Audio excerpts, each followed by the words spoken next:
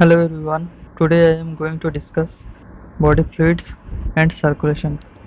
So first let's understand the vascular system. Vascular system is composed of blood vessels and heart. What are the blood vessels? That is artery, veins and capillaries.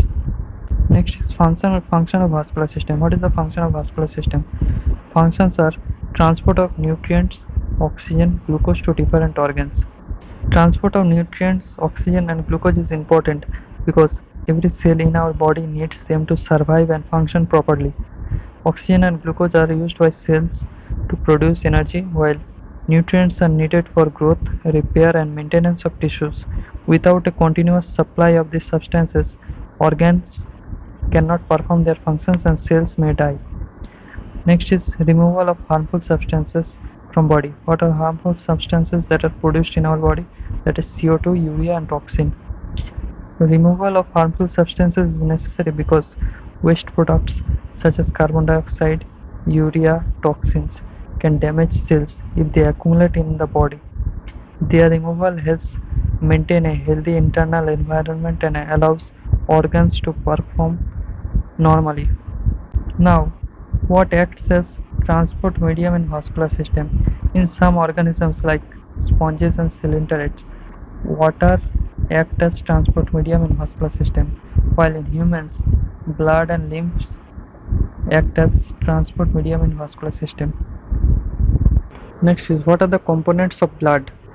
Blood is formed by plasma and formed elements. Plasma constitutes 55% while formed elements constitutes 45%.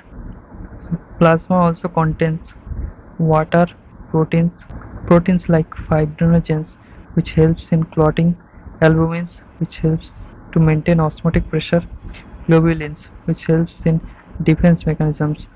Globulin are mainly involved in producing antibodies.